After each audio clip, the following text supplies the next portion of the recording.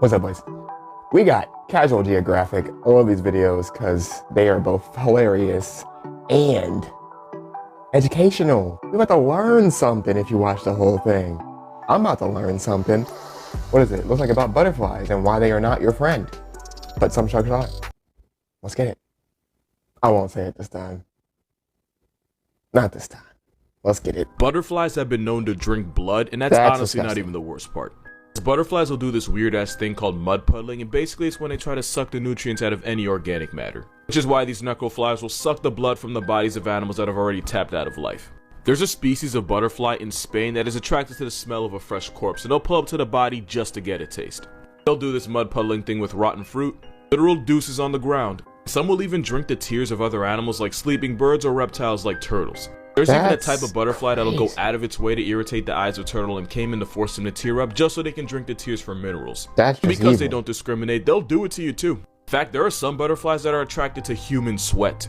Also, unrelated fact, most of a butterfly's taste buds are on its feet. So the next time a butterfly lands on your hand and makes you feel special, just know he's using you. Once he gets his taste, he'll just leave you and move on to the next. Because butterflies are just boys with wings. Let's talk about the bird that drinks literal blood. This is a vampire finch. This tiny lure is found only on the islands of the Galapagos. The vampire finch will peck at larger birds like the... I don't think guidelines will let me say this bird's name, but I'm gonna let the comments do it for me. These finches will peck at the birds until eventually the skin breaks and blood starts oozing out, which they will drink. Scientists believe this started because the finches would eat the parasites off the birds but accidentally break skin and draw blood in the process. It's not just about then they started drinking the homemade Kool-Aid and decided to make it culture. So now they just see bigger birds as flying blood banks. It doesn't really hurt the bird that it's getting it from, and the vampire finch gets free calories to keep it alive during a drought. It's not the only thing that can drink blood without a law degree. Some bats and butterflies be on the same type of time. The more you know. That thing is actually washing itself, and I cannot believe it. Okay, so two things. One, that's not a rat. It's a South American flavored rodent called a pacarana. It's like a travel-sized capybara. And two, pacaranas have really sensitive skin, and putting soap on it removes essential oils from it. So best case, the soap is just mildly irritating to him. Worst case, this not a rat is in legitimate pain and is desperately trying to get it off. Either way, it's not a good look. Not to mention, if that soap isn't pet friendly, let's be real, it probably isn't. There's a good chance it could be burning its skin. Because I definitely just ruined this video for y'all, here's a pacarana cleaning itself but without the soap. That's kind of cute. He's washing his little armpits. That's adorable. Look at him getting in there. As promised, here's 10 facts about this guy. It's not a rat, it's a South American rodent known as a pacarana. He's basically an economy-sized capybara. And despite what you might think, they're super clean and will spend hours washing themselves every single day, which is a lot better than some people. They can tip the scales at over 30 pounds, making them as heavy as the average 2-year-old. They're the third heaviest rodent behind beavers in the walking vibe check above. You've probably never seen one before because they're usually only active at night and there's only few places in the world you can find them. But your best chance would be booking a one-way to Peru, Bolivia, or Venezuela. Sometimes they get put on a shirt by farmers that see them as pests, but a lot of people have them as pets because they're low maintenance, quiet, and friendly towards humans when raised by them. They're cute now, but 2 million years ago there was a giga version of them that grew to 5 feet long and could be in the same weight class as a car at up to 3,500 pounds. And this hippo rat was estimated to have a bite force 3 times stronger than tigers today. Lucky for the world, they were and are vegans that eat mostly fruits, leaves, and plant stems. Look at this guy.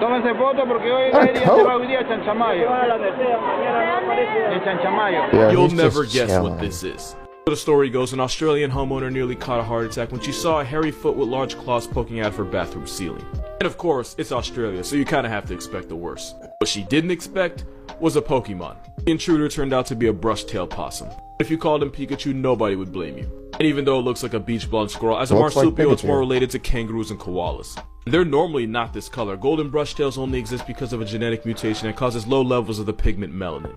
Which is why these unseasoned possums look fresh out the Pokeball. It's not even the first time. They have a habit of constantly breaking and entering. One brushtail possum broke into an Australian bakery and proceeded to eat as many pastries as his stomach would allow before anyone could stop him. This is how they found him. Oh, he's guilty, but he regrets nothing. This picture looks creepy, but there's actually a pretty heartwarming story behind it. Rick Anderson is an Australian diver who's been exploring the ocean off New South Wales for more than 30 years. One day he was diving as usual when a shark approached him. The shark was a harmless baby Port Jackson shark that swam right up to him. Rick didn't make any sudden moves to avoid scaring her. Yeah, the shark's a girl. Started to pat her and even cradle her in his arms. Yeah, we are still talking about a shark. Also, this was 7 years ago. Now every time Rick enters the water, the shark will immediately rush over to him and brush against his legs. And when he holds out his arms, the shark takes it as an invitation to lay on them. In the 7 years he's known her, the shark went from a 6-inch pup to a 6-foot adult. Despite this, they're still able to instantly recognize each other. He's basically his dog and acts like it too. Doesn't even like feed her or anything, the shark's just actively choosing to be around him. Just like you'd expect from any healthy long-term relationship, she's even met his family. Rick eventually introduced his 3 kids to the shark, who got a hug from each. Moral of this video: sharks are really just the pit bulls of the ocean. Meet the real-life cat dog.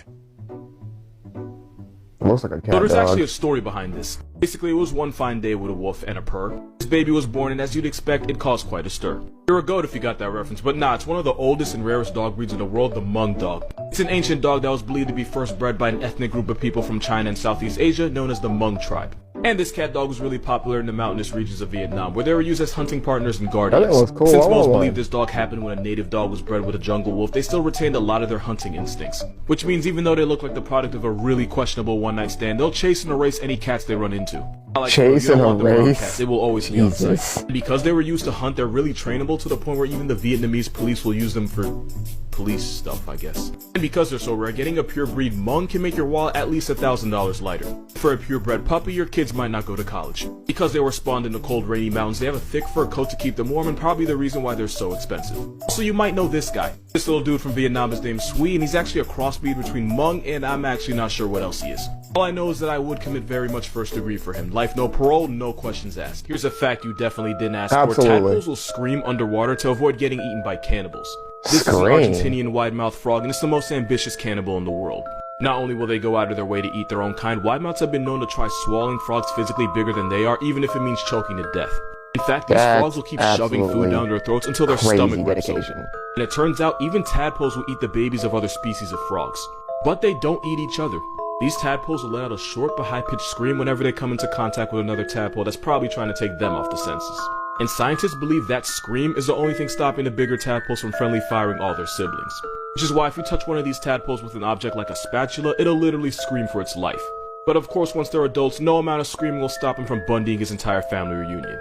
As I could be wrong, but this is the only animal in the world that'll literally unalive itself just by overeating. Except, nah, I'm not going there.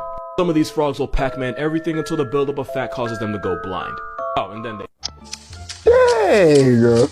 This right here is a bush turkey. You'll eat so much to go blind? Really? That right there is the heaviest flying thing on the planet. It's called a Cory bustard. They're found in Africa, and the biggest ones can tip the scales at over 40 pounds. It's like a 5-year-old being able to fly. When they want to attract a mate, they make this loud booming call. When they want to flex on you, they sound just like Bowser. That's dope. Sounds just like a dragon. This Saharan steroid goose has a gullet pouch that inflates like a white balloon, which they use to make those mating calls while also dancing for female validation. Sometimes 2 male bustards will square up and spend an hour smashing their bodies into one another while also trying to stab their rival until one eventually taps out. The winner gets all the females in the area, and he'll get every last one of them pregnant and then play no part in raising any of the children. Basically, every bastard's a bastard. Also, this African bush tweety can have a wingspan of over 9 feet, and apparently they have no fear of humans. Sounds like a lot of baby daddies out here, They probably boy. should. Since they're loudest in the morning, being neighbors with one means you wake up to this. If you're a gym bro or broette, you can probably thank one animal for it. This absolute unit is Charles Atlas. As a kid, he was a scrawny 97-pound weakling that would get sand kicked in his face. No, seriously, it actually happened. Buddy was too poor to go to the YMCA, so after being inspired during a trip to the zoo, he came up with his own workouts based on dynamic tension. Basically, the idea of pitting one muscle against another. Not only did Mr. Atlas become a walking vibe check, he would go on to sell his workout program to millions. Respect. And fun fact, one of his clients was David Prowse, aka the dude that played Darth Vader. All this clout, Charles Atlas became known as the grandfather of the modern fitness and bodybuilding industry.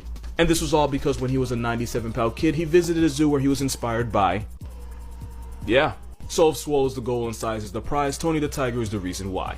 The more you know. Actually, another fun fact. A tiger's legs are so strong that they can remain standing even when they're dead.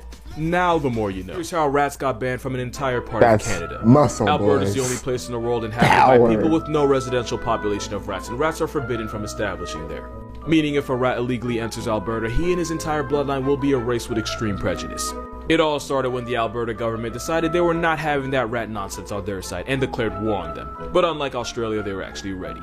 They claimed rats to be the biggest threat to national security and so created the Rat Control Program. Like, they would have conferences on how to stop rats from ratting. 2,000 posters and 1,500 pamphlets were I mean, passed I around get it, railroad stations, like, post offices, schools, basically anywhere you could see. to that extent? The U.S. had a war on terrorism, but Alberta had a war on rodents. Any population of Jerry's that were discovered were quickly removed from the census with zero discrimination. That's Any crazy. rat that passed the Alberta-Saskatchewan border was basically signing a death certificate. Of course, this meant pet rats were very illegal, and possession of one could make your wallet of $5,000 fine lighter. I cannot express enough how on-site they were about this. In 2004, someone released 38 rats in Calgary, but by the time officers arrived, yes, officers were called, it was that serious. The rats were already past tenth by residents armed with brooms, 2x4s, and shovels, and whoever did it was promised a $190,000 fine. They were not f***ing around. There's even a hotline you can call in case you see a rat. After 7 years of rat genocide, Alberta is now the only place on the planet where you can find people but almost no rats whatsoever. If a rat is sighted, it's almost guaranteed to make the 6 If you hate rats, go to Alberta. Moral of this video: don't be bringing that rat over there. They not having it. Not having it at all, but they're not having it at all with the rats. Hey, yo, America needs to get on there because these rats be moving in. When especially in the winter, like, boy. Anyway, if you like the video, then you obviously like, comment, and subscribe to the video. That was weird and creepy. I apologize. Peace. Step on the scene, my niggas some lines, and I am the king. Can't mess with the team, yeah, kid chasing dreams. I gotta shine bright like an ultralight beam. Yeah, shoot for the top with no hesitation. Yeah, I'm trying to get it. Yeah, I'm paper chasing. They call me the